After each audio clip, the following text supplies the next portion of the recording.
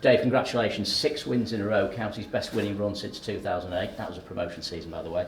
In the league. Oh yeah. In terms of that though, let's look at today's game. Was the hardest one so far, would you say?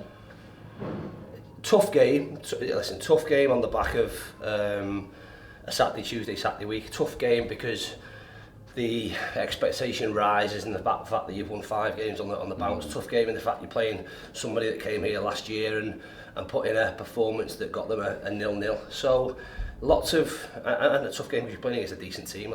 They've not started as they would have hoped, but they play in a way that at times gives them control.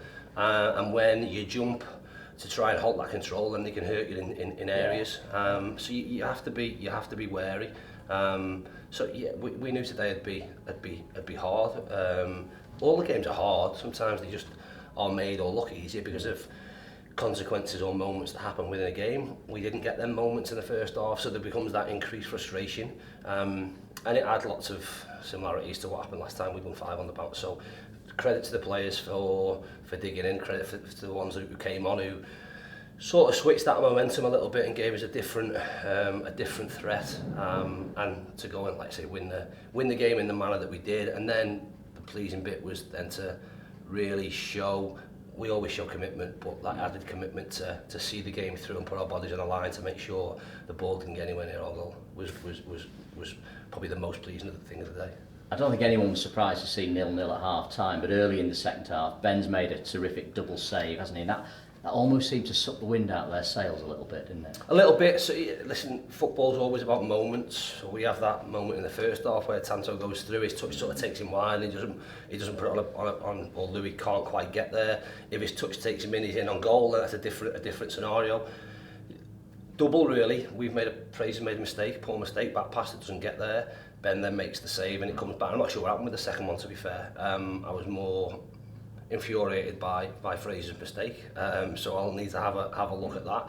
But it just had the feeling of that, had the feeling of a mistake or something going against you and not being able to pick that momentum up. And we were tempted probably in the first 15 minutes of that second half as to when you switch things up, when do you make the changes, what changes do you make, how do you manage the game that's happening in front of you.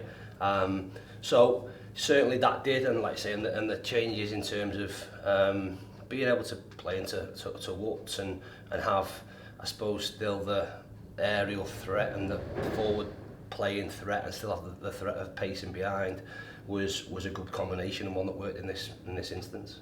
You took Louis Barry off today, and obviously it wasn't his day this afternoon, but I suppose it's part of his education, isn't it? I mean, they've doubled up on him today and many occasions. You switched him to the right a few times as well, trying to get a bit of joy down there. But you can see he's going to have to learn to cope with those kind of occasions. Of course he is. And let's be clear, if he has ambitions of playing higher, he's going to have to be able to deal with players that are better at doing that than what he's up against in League Two. So like I say, can't always be his day. We've spoken with him around what his development is. So again, he'll find himself in that half space on the left hand side and look to come into onto his right. He needs to add more to his game than that, because what happens when he comes up against someone that's as fast as him or can defend 1v1 against him? How can he mix that? Is that dropping into little holes? Is that threatening down the middle? Is it threatening from the opposite side? So they're parts of his development. He'll have frustrating days. That again, that unfortunately, however you want to look at it, really, they're the making of you. Football's not a level, smooth runway that takes you right to where you want to be. There's bumps and people will try and stop you doing, whether that's doubling up, whether that's a system that stops you, whether that's putting people on the pitch that prevent you doing that, whether that's stopping the service into you, all of which will be a really, really good learning thing for him. So again, he can be disappointed, but ultimately he's sat in there with a team that's won 6 games on the bounce, and his day will absolutely come again. We're all very, very certain of that. But today wasn't. But he still had an impact on what the game looked like. You brought on Paddy and Woods. They were both involved in the goal. Tanto, of course, getting on the end of it for the second game in a row. I think Will Collar with the assist as well. But managers around the league must be looking at you with envy when they see you bringing the likes of Paddy and Woods off the bench. How good is it to have Woods back in Oh particular? yeah, listen, it's great to have all of them back. Yeah. We're in a position where hopefully we should, maybe not so much match-wise, but training-wise, we should see one back every week, hopefully. So Miles and Noyley the closest, maybe, and Powley not too far behind, and Burner. And when we have all of those available, then that's where we want it to be. Ultimately, we've put a squad together here that we think is capable of getting out of League Two. We've not had the luxury of being able to use that to our best advantage because we've lost players through injuries and we still have to go through the season without a Stretz and without a Ryan. Well, we have to use Ryan Rydell. We have to use that as motivation to make sure they still play their part in something that's very special for us this year. We've got things going now. We're on a run, but we're a quarter of the way into a season, or close to maybe near a third than a quarter, but still a long way to go. This month will be an important month for us. We've started it pretty well. We have another week where we'll do Saturday, Tuesday, Saturday.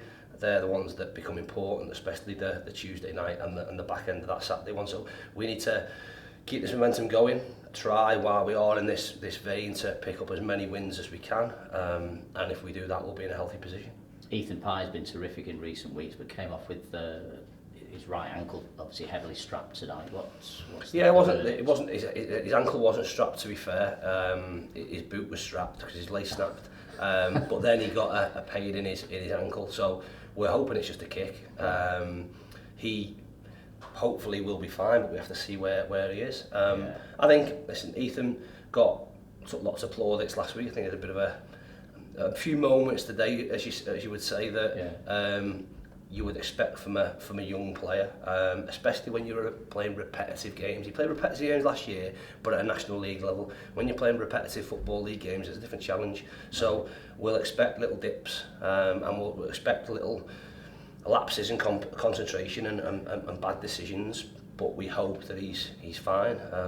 We're not having much luck with left-hand sided players, so fingers crossed he's okay. We have what for us is an important game on Tuesday, but in the grand scheme of things, we've got a week to get him right for the next league game next weekend. I know there are some rules and regulations around your team selection on Tuesday, but I'm sure some of these guys returning, the likes of Kyle, Paddy, have not played a lot of football lately. Will they be involved from the start, do you think? They'll all start. Anyone that was a sub today will start the game on Tuesday, right, aside from Joel, who's away on international duty, and we'll complement that with other players. I would hope we'd be in a position where excuse me, where we didn't have to start any of the players that have started today, because they've gone Saturday, Tuesday, Saturday, and if we can come off them a little bit, then that would be hugely beneficial to us. But we need to see where we are in terms of numbers. We are still a little bit light on the ground.